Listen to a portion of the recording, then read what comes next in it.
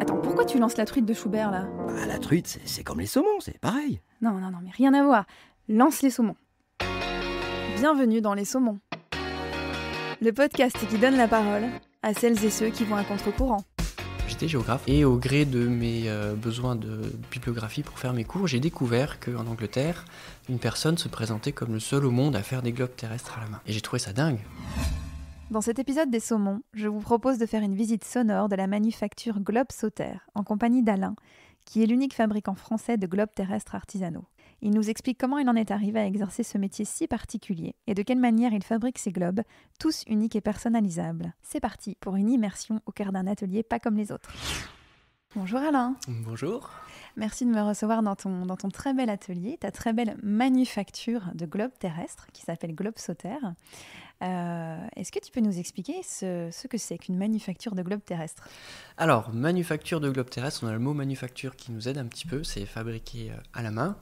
Et de globes terrestres, parce qu'ici on passe notre temps à fabriquer des mondes, à faire des tours du monde, d'une manière un petit peu spécifique. Depuis le 16e, 17e siècle, on fabrique des globes. Le métier a disparu au début des années 1960 à peu près. Et du coup, dans cette manufacture, on refait des globes à l'ancienne. À l'ancienne. Et des globes qui sont personnalisables. Des globes qui sont personnalisables, on choisit les couleurs, on choisit ce qu'on veut mettre sur la carte, on fait vraiment tout comme on a envie. D'accord. Comment est-ce que tu es venu à la fabrication de globes terrestres ? Est-ce que c'est une histoire de famille ? Est-ce que c'est tout autre chose ? Alors non, c'est pas une histoire de famille, même si dans l'histoire des globes, c'était souvent des histoires de famille. Dans mon cas, non, pas du tout. C'est venu assez par hasard, ou presque par hasard. J'étais géographe, je suis toujours géographe, D'accord. J'étais enseignant pendant 6 ans à l'université, donc j'ai passé mon temps à enseigner, à faire des cartes. Et au gré de mes besoins de bibliographie pour faire mes cours, j'ai découvert qu'en Angleterre, une personne se présentait comme le seul au monde à faire des globes terrestres à la main. Et j'ai trouvé ça dingue, en fait, parce que je m'étais même jamais posé la question de comment est-ce qu'on fabrique un globe, hein. Vous savez, c'est un peu comme les coquillettes, on mange des coquillettes, on ne sait pas comment c'est fait, le petit truc au milieu. Et bien là, c'était pareil, un globe, mince, comment c'est fait. Et du coup, le week-end est arrivé, je me suis dit challenge, j'essaye d'en faire un, comme ça, pour de rire. Et en faisant ce premier globe, ça a allumé des choses au fond de ma tête, ça a mis des choses ensemble. Et je me suis dit, en fait, c'est ça que je veux faire dans ma vie. Donc c'est parti de là. D'accord. Combien de manufactures, tu parlais de cet homme en Angleterre, combien de manufactures existent comme ça en France et dans le monde ? Alors en France, a priori, je suis tout seul, hormis quelques zinzins à droite à gauche qui peut-être ont démarré comme moi. Mais officiellement, je suis seul. À travers l'Europe, on est très peu, ça se compte sur les doigts d'une main. On en a 2 en Angleterre, effectivement, dont un qui commence à être extrêmement connu. On a quelques entreprises familiales qui perdurent. Il y en a une en Allemagne. C'est les seuls globes qu'on va trouver dans des magasins, on va dire, qui sont assez haut de gamme, mais qui restent en plastique. On va trouver à Athènes une famille qui fait des globes depuis 2-3 générations, vraiment des globes scolaires, mais ça reste extrêmement confidentiel. Oui, un métier très rare. Alors, qui te passe commande ? Alors, ce sont essentiellement des particuliers à l'heure actuelle, des particuliers qui se font plaisir, des particuliers qui vont faire plaisir dans le cadre d'un cadeau un petit peu groupé pour une occasion spéciale. Ça va du cadeau de départ en retraite jusqu'à complètement l'opposé des cadeaux de naissance, les cadeaux de communion, les passages de bac, qu'importe l'occasion, les cadeaux de mariage, donc ça marche bien. Et puis un petit peu d'institutions d'entreprises ou de grosses structures. On a par exemple travaillé pour les communes pour faire des cadeaux de jumelage. C'est quelque chose qui a déjà été fait. On a travaillé pour le cinéma, pour un film à très gros budget, donc en tant que décorateur. Une expérience assez incroyable. On est en train de travailler pour le Château Royal d'Amboise pour faire une réédition du Globe du 16e. Donc voilà, on a quelques clients comme ça qui sont assez particuliers, en plus du côté public. En fait. Et pour le cinéma, du coup, il y avait un délai assez court parce que c'est, ouais. C'est un milieu quand même. Ouais, et généralement, c'est des milieux assez courts. Ça s'est passé en à peu près 3 semaines. J'ai réalisé qu'après, finalement, ce qui s'était passé. Ça a commencé par un coup de téléphone en anglais quand j'étais en train de faire mes courses au supermarché. On m'a demandé est-ce que on a besoin d'un globe pour le cinéma. Donc j'ai bêtement dit oui parce que ça me paraissait tellement dingue. Et après, en 3 semaines, il a fallu sortir un globe qui est assez loin de ce que je fais d'habitude. C'était un globe en verre qui devait ressembler à de l'opaline, donc éteint ou allumé, comme de l'opaline, qui devait le film va bientôt sortir en France, mais qui doit se briser à un moment dans le film, donc il fallait que ça éclate en 1000 morceaux. Ah oui. Donc tout un grand challenge, et puis les gens de l'autre côté nous ont fait confiance, ils nous ont envoyé des morceaux de storyboard. On a tant bien que mal filmé nous-mêmes de notre côté pour avoir des extraits pour qu'eux puissent valider, donc ça a été une grosse aventure en 3 semaines. Ouais. En effet. Oui. Alors, tu nous as confié là que tu étais enseignant à la base. Oui. Comment est-ce que tu t'es formé? Tu es complètement autodidacte? Tu as été au contraire dans des ateliers? Comment ça s'est passé? Alors, beaucoup autodidacte. Effectivement, c'est quelque chose que j'apprenais d'ailleurs beaucoup à mes étudiants, d'être autodidacte, d'être curieux et d'avancer comme ça. Alors, prof de géo, forcément, j'ai fait des études de géo, j'ai un doctorat de géographie en poche, donc pour la cartographie, ça aide quand même pas mal. Pour le travail manuel, ça, c'est pour le coup une histoire de famille où on a passé pas mal de temps à refaire des maisons, à construire des maisons avec mes parents. Et donc là, forcément, on a les mains dans le plâtre, forcément, on sait utiliser des outils pour travailler le bois.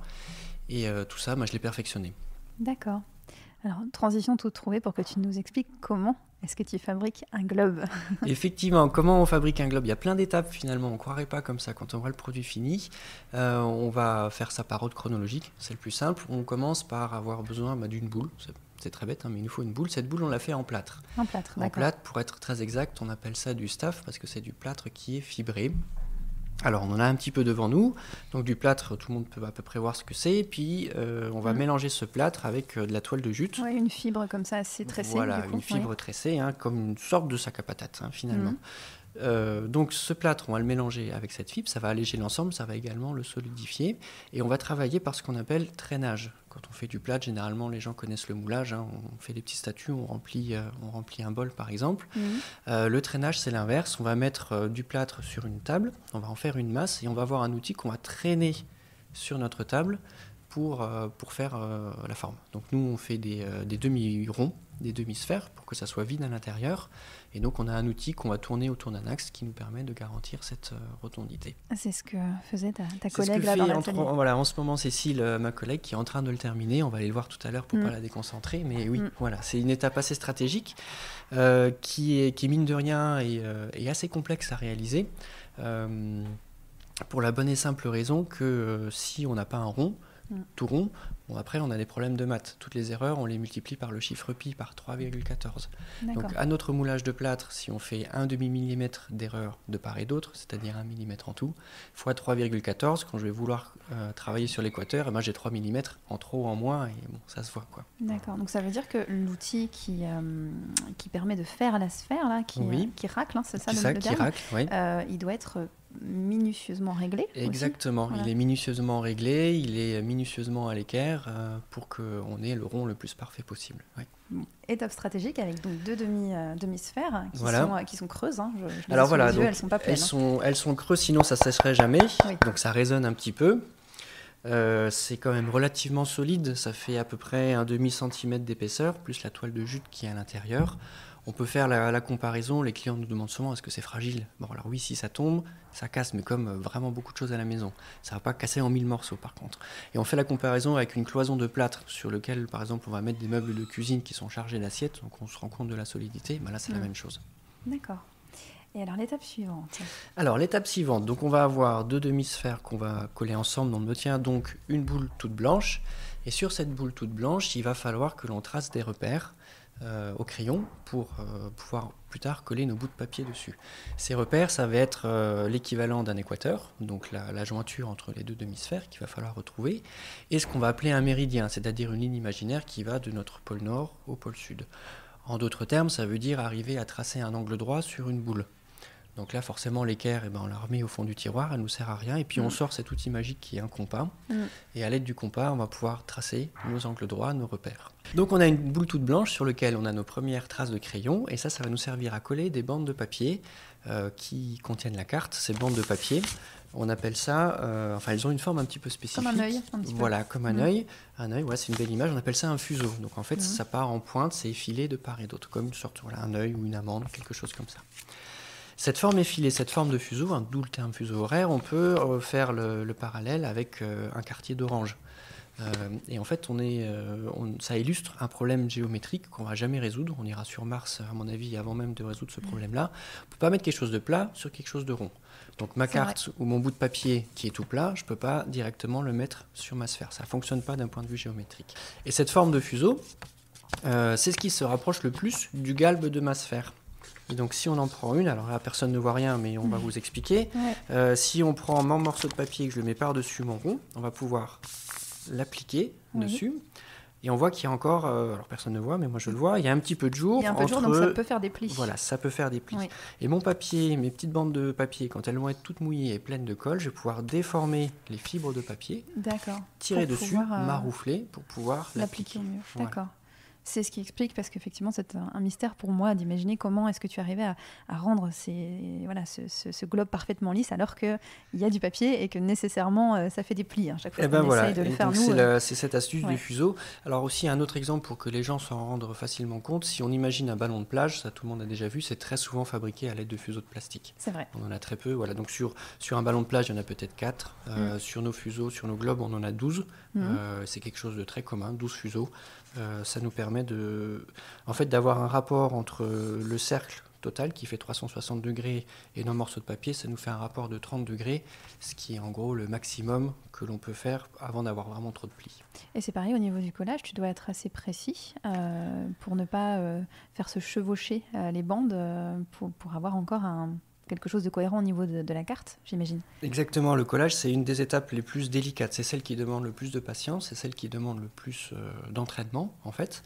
Parce qu'il faut rabouter tout ça. Chaque bande de papier doit se rabouter à la suivante de manière la plus précise. On ne pourrait pas avoir des lignes. Si on imagine l'équateur, on n'a pas le droit d'avoir des zigzags. Enfin, moi, je me l'interdis. Et si on a des mots, des écritures qui vont d'un fuseau à l'autre, par exemple la Russie, je ne peux pas avoir RU de Russie écrit 1 centimètre plus haut que SSIE de plus bas. Donc ça ne fonctionne pas.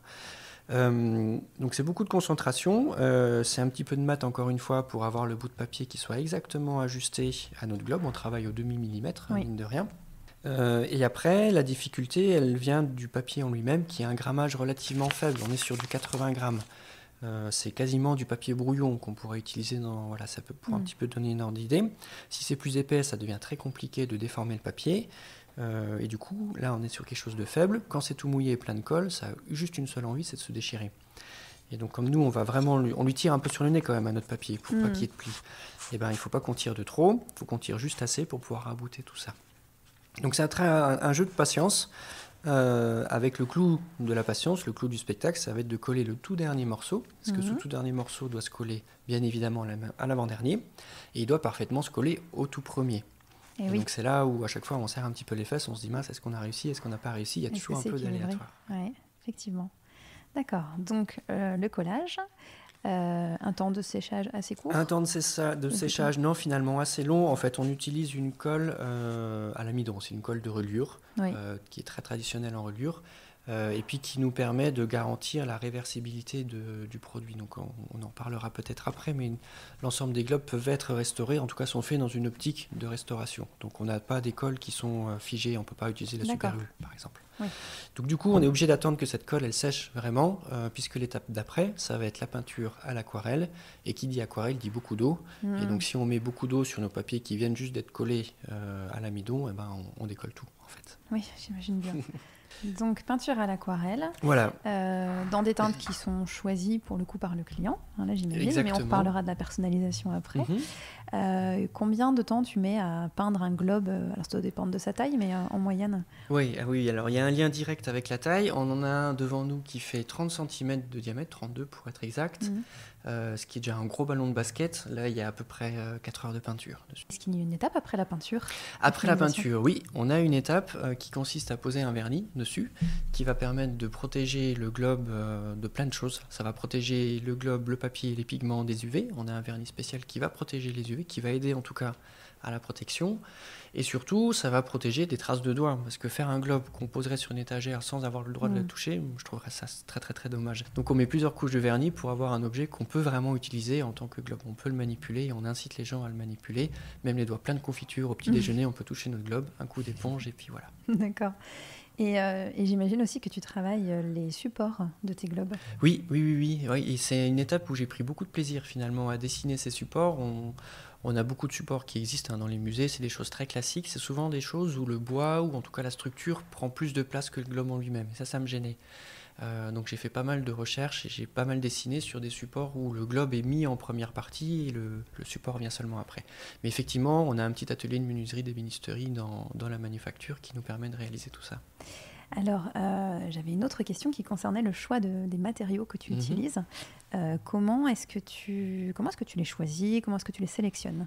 Alors, on va dire qu'il y a eu, dans toutes les étapes, il y a eu une première sélection qui s'est faite un petit peu par défaut et puis qui s'est faite de manière très très empirique. Ce qu'on n'a pas dit, c'est qu'on n'a nulle part où on apprend à faire un globe terrestre. Moi, en gros, il m'a fallu 1 an et demi de temps de loisir, le soir, les week-ends, beaucoup de temps, pour avoir un produit qu'on va dire présentable, pas du tout vendable, mais présentable. Et là-dedans, le choix et la découverte des matériaux qui vont bien, ça a pris beaucoup de temps.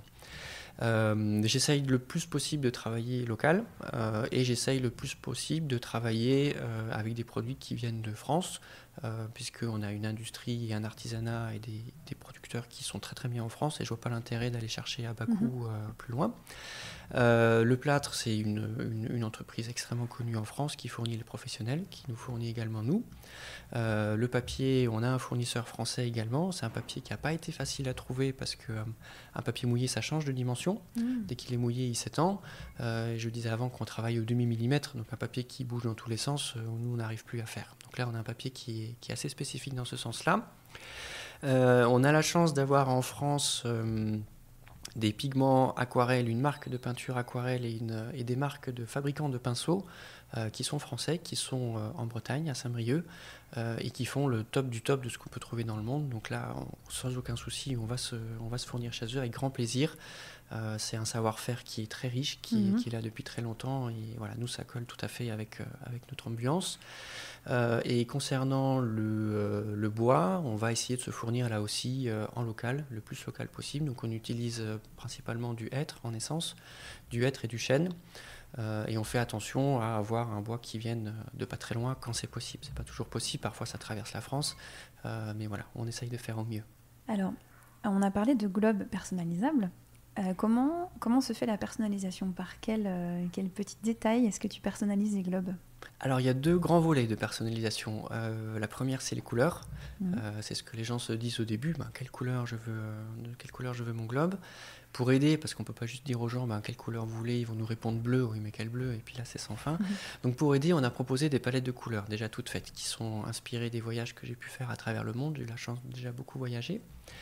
Et ça sert de point de départ pour aller un petit peu affiner les couleurs. Donc l'essentiel des gens sont contents avec les palettes qu'on propose, et d'autres, et surtout les gens qui viennent à l'atelier, on va faire un travail ensemble en disant tiens, j'aimerais un petit peu de réchauffer tout ça, ce jaune il est un petit peu tendre, j'aimerais mettre une pointe d'orange, ou alors je suis très fan de cette carte ancienne et puis j'aimerais un peu retrouver ces couleurs là.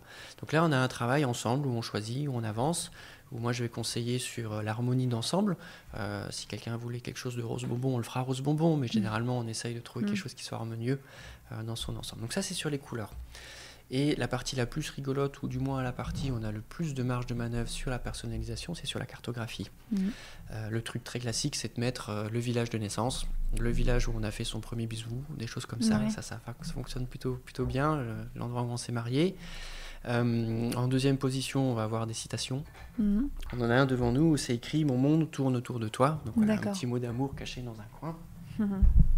On a parfois les blasons des familles, pour les gens qui ont encore un blason. On a bien évidemment des monstres dans les océans, des kraken qui mangent des bateaux, des baleines fantastiques, ça va bien arriver. Et ensuite, on va avoir des itinéraires à travers le monde pour les gens qui ont voyagé. On peut mettre des petites épingles à droite à gauche pour pointer certains lieux précis. D'accord. Donc voilà, c'est sans fin. Certains nous demandent pas de pays, pas de frontières. Ça arrive. Certains nous demandent d'inverser le nord et le sud. Donc on a un globe qui se lie avec le sud en haut. finalement. Donc c'est assez déroutant, mais voilà, on peut vraiment faire à peu près ce qu'on veut. Oui. Et puis avoir un petit peu d'humour aussi, hein, parce que ça arrive. Justement, Alexandra, qui est une de nos interviewées, qui avait fait faire son globe chez toi et qui avait mis dans un petit coin, c'est le jeu Ma pauvre Lucette. Exactement, au large de l'Australie, en référence à cette fameuse publicité, c'est le jeu Ma pauvre Lucette, effectivement. Dans le même ordre d'idée, on en a eu il n'y a pas longtemps où c'était écrit « Le monde appartient aux blondes ». J'ai trouvé ça très très drôle, ça m'a beaucoup plu. Est-ce que tu as des idées, des projets à court terme, moyen terme, voilà, pour développer d'autres choses ou voilà, qu'est-ce que tu as en tête? Oui, alors des idées, c'est un peu le problème même. C'est que j'ai un cahier d'idées. Ouais, voilà. C'est toujours bon signe, hein. Il y a un côté très frustrant, mais c'est toujours bon signe. Je crois que c'est ça le moteur dès qu'on a un petit peu quelque chose de créatif, en fait. Et du coup, dans les idées qui vont venir assez rapidement, donc on est en train de finir, on a déjà fini même un gros globe de 80 cm. Par contre, on l'a encore très peu vendu, on a très peu communiqué dessus, donc ça va être le gros de 2020. On a vendu les premiers, bien évidemment, pour un petit peu nous aider, et on va pouvoir démarcher des grosses structures. On est en train de démarcher les ambassades, on est en train de démarcher les grands hôtels, parce que là, on est sur des pièces qui sont conséquentes. Hein, oui, au-delà du tarif, c'est le volume que ça représente. Donc ça, c'est à très court terme, ça va être pour 2020. Dans les autres projets que j'aimerais mettre en route en 2020, on verra. C'est un partenariat avec notre fameux horloger de Besançon, Philippe Lebru. On aimerait bien faire un planétarium, donc un système à la fois mécanique et peut-être électrique, on ne sait pas, d'une Terre qui tourne sur elle-même en 24 heures. Donc en fait, lié horlogerie et Terre, ce qui est même la base de l'horlogerie finalement. Et vient ensuite un projet du coup avec une ambition peut-être plus artistique de faire des séries très limitées en utilisant des techniques un peu plus particulières, des papiers un petit peu plus haut de gamme également, et faire des séries limitées pour le coup avec une vocation plus militante sur des terres rares par exemple. C'est quelque chose qui m'intéresse beaucoup en ce moment, voilà, de faire des globes qui interpellent sur une situation spécifique et qu'on pourrait retrouver en collection dans des galeries ou dans d'autres lieux d'exposition. D'accord. Alors, pour les personnes qui souhaiteraient te passer commande, peut-être que là, les gens se disent « Oh là là, c'est un travail assez exclusif, haut de gamme. Est-ce que c'est abordable ?» Donc, alors, tu ne peux pas donner évidemment un tarif comme ça parce que ça dépend de tellement de paramètres, mais on va dire, on peut s'offrir un globe chez toi à partir de quel prix? Alors, le prix d'entrée, le tarif d'entrée pour s'offrir le monde, ce qui est quand même pas rien, sur un globe de 21 cm, donc c'est la taille la plus petite qu'on fait, c'est déjà un petit ballon de plage, donc c'est quand même déjà pas rien, on est à 250 €. D'accord. Donc voilà, avec 250 €, on peut repartir avec un produit qui a nécessité une bonne dizaine d'heures de travail, qui est entièrement fait à la main, donc effectivement il y a un coût. Et si on fait vite fait le calcul, on se rend compte que là, pour le coup, en artisanat, on n'est vraiment pas cher. Donc ces petits globes, on les garde exprès, c'est une volonté de ma part, on les garde le plus abordable possible. Alors c'est sûr que c'est toujours 250 €, ça fait quand même un petit peu une somme.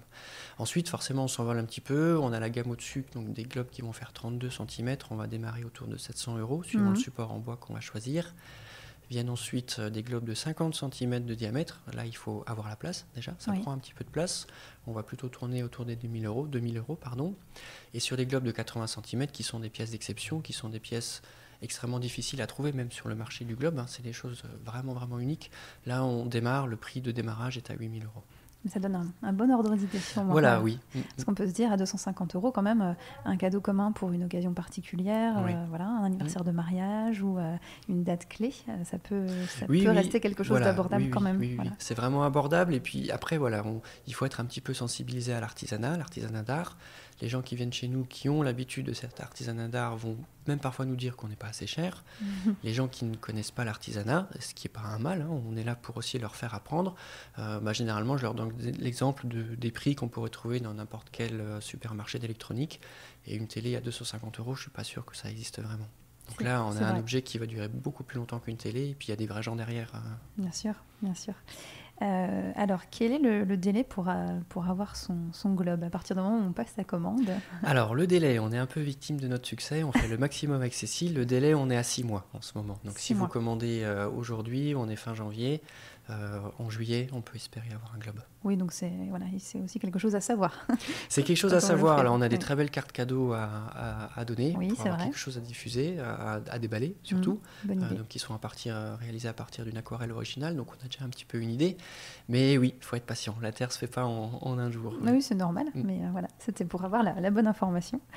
Et alors, on passe commande en te contactant soit par ton site internet, Globesauter. C'est Exactement. globesauter.com.fr. .fr, Voilà. Donc sur le site internet, vous allez retrouver l'ensemble des collections, l'ensemble des couleurs déjà, ce qui vous permettra de voyager un petit peu, un petit mode d'emploi sur comment est-ce qu'on passe commande, et puis après on va discuter de tout ça par mail ou par téléphone. Si vous êtes à Besançon ou pas loin de Besançon, on peut aussi se contacter, prendre rendez-vous pour venir à l'atelier. Et si vraiment vous êtes pressé et que vous voulez un globe là tout de suite maintenant, il faut filer à la boutique Utinam à Besançon, face au musée du temps, et puis c'est les seuls à avoir un tout petit peu de stock, donc là ils peuvent vous dépanner. Dans ces cas-là, bon, c'est pas un globe personnalisé en revanche. Du coup, il ne sera pas personnalisé, mais il est là tout de suite. Mais il est là tout de suite, d'accord. Ce que je te propose, c'est qu'on se balade un petit peu dans l'atelier. Avec plaisir. On va démarrer du coup par le plâtre. Ouais, si c'est Hop. possible. On vient squatter un coup chez toi. Alors, ouais, on a tout. Ok. Alors là, on est dans l'atelier, donc où il y a plein de plâtres partout. Tu vas nous expliquer. Voilà, on est dans la pièce qu'on appelle la pièce blanche, qui n'a rien à voir avec une pièce blanche d'hôpital, c'est juste que c'est blanc partout parce qu'on a mis du plâtre partout. C'est là où notre histoire démarre, c'est là où on commence à faire nos demi-sphères de plâtre.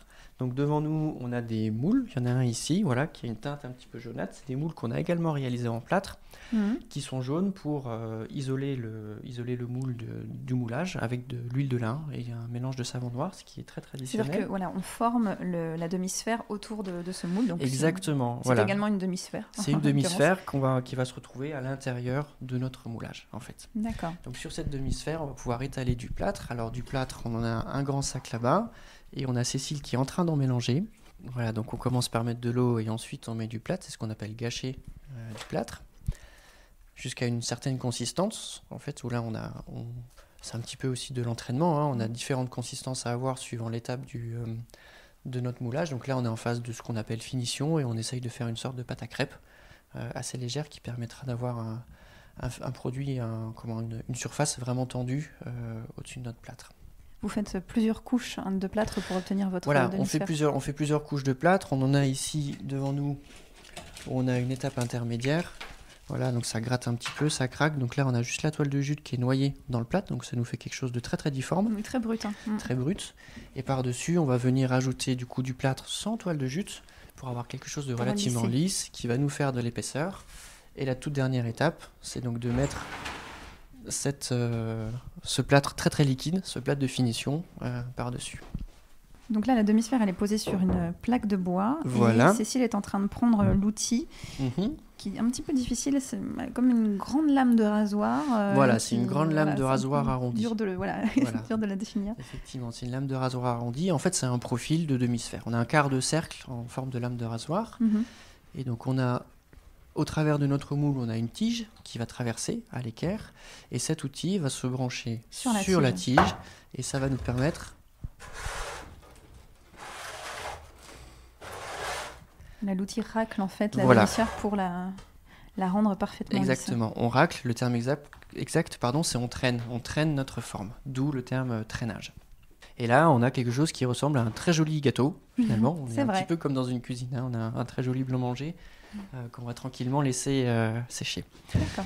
Et donc, une fois que c'est sec, ces deux demi-sphères, on va venir les coller ensemble.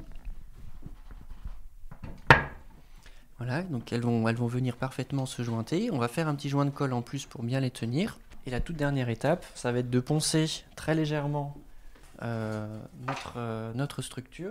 Donc on va poncer très légèrement pour avoir l'état de surface le plus lisse possible, parce que le papier, qui est très fin, va reprendre chacune des aspérités. Alors on peut retourner dans le début de l'atelier où il y avait finalement le showroom avec les échantillons. Et effectivement, voilà. Un petit peu plus loin, donc on retourne dans notre entrée.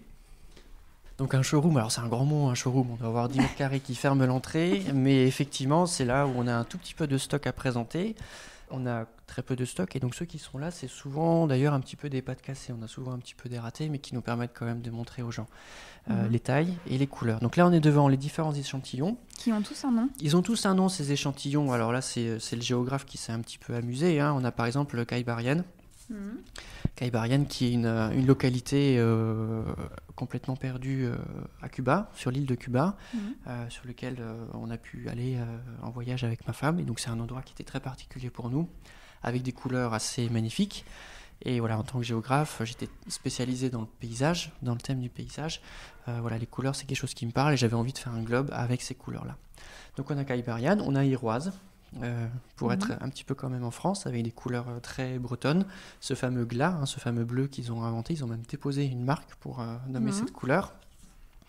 On en a d'autres qui font un petit peu plus anciens et des couleurs un petit peu plus vintage qui sont nommés Bagan et Ubain, qui sont 2 localités en Birmanie, Myanmar officiellement, qui là aussi ont été des lieux qui nous ont vraiment vraiment marqués. Et puis un dernier exemple peut-être, c'est celui-ci qu'on fait beaucoup en ce moment. Je ne sais pas pourquoi, mais c'est beaucoup ces couleurs-là qui arrivent en ce moment. Donc c'est des couleurs un petit peu, un bleu assez gris. Voilà, un bleu indigo qui tire vers le terre. jean, voilà, un petit peu bleu jean, et puis des couleurs un peu terre pour l'intérieur des continents. On a nommé ça Kronenbrein. Kronenbrein, c'est un glacier tout au fond de l'archipel du Spitzberg, donc au nord de la Norvège, donc on est très proche du pôle Nord, et un endroit où j'ai pu faire une mission scientifique là-bas pendant 1 mois. Et où forcément on ramène des images assez improbables. Et il y a aussi un modèle avec l'océan en jaune. Exactement, l'océan en jaune. Alors ça, c'est ma femme qui m'a incité à partir sur des couleurs un petit peu plus flash. Moi, j'ai un peu tendance à rester dans du très nature, très sobre, on va dire. Elle avait envie de quelque chose qui pète un petit peu. Donc là, on a des océans qui sont jaune moutarde et des continents qui tirent un petit peu vers le rose ou lit de vin. Et donc ça nous donne quelque chose d'extrêmement lumineux, extrêmement moderne, bien évidemment, et qu'on en a nommé Chilimé. Alors pour la petite histoire, Chilimé, c'est un micro hameau au fin fond du Népal. Et on a eu la chance de faire un trek là-bas pendant 15 jours, et donc on marche. Et en fin de journée, on arrive dans ce petit hameau, et là il y avait des champs de moutarde à perte de vue, et des dames habillées avec des fichus, des foulards un petit peu rouges comme ça, donc il y avait un contraste complètement saisissant, et voilà. L'idée c'était de redonner un petit peu ce côté incroyable. D'accord. En tout cas, les couleurs restent toujours très délicates. On parle de couleurs vives, mais c'est de l'aquarelle et ça reste vraiment, je dirais, assez poudré, assez élégant. Voilà, il n'y a pas de couleur criarde. Non, il y a un côté très tendre, effectivement. Et là, on a le globe de 80 cm qui est effectivement, j'imagine que c'est celui-là. Voilà, oui, effectivement. Donc là, 80 cm, ça sonne creux, hein, forcément. C'est très gros. Hein, ça arrive il m'arrive au niveau des hanches, voilà. En fait. Voilà. À côté. Donc là, c'est un grand bonhomme. Ça pèse un petit peu parce que c'est que du plâtre. Donc ça pèse une quinzaine de kilos. Et puis ça permet d'avoir effectivement une cartographie assez géante. Hein. On retrouve notre fameux chiffre pi, 3,14. Donc là, si on fait 80 cm par 3, on a une carte qui dépasse largement les 2 mètres si on devait l'accrocher au mur. Donc là, on a vraiment une grande carte. Oui, effectivement. Et on voit le tracé qui est effectué dessus, donc depuis l'épaule. Et, voilà. Donc il y a un gros travail mathématique, c'est ça qui est assez impressionnant. Oui, on se dit, oui. Manufacture, d'accord, mais en fait il y a beaucoup de calculs.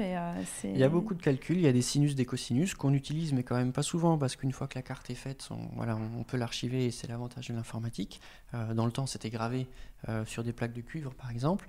Et ce qu'on utilise vraiment le plus souvent, et ce que, encore une fois, je disais beaucoup à mes étudiants, c'est la règle de 3. Voilà.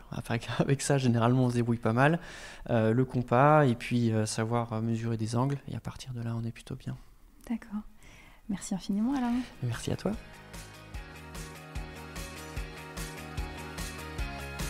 Je vous retrouve très vite pour un nouvel épisode des Saumons. Si vous aimez ce podcast, n'hésitez pas à le réécouter, le partager et à lui attribuer quelques étoiles. J'en profite également pour remercier Cyril à la bouvette, grâce à qui ces enregistrements sont possibles. À très bientôt et merci.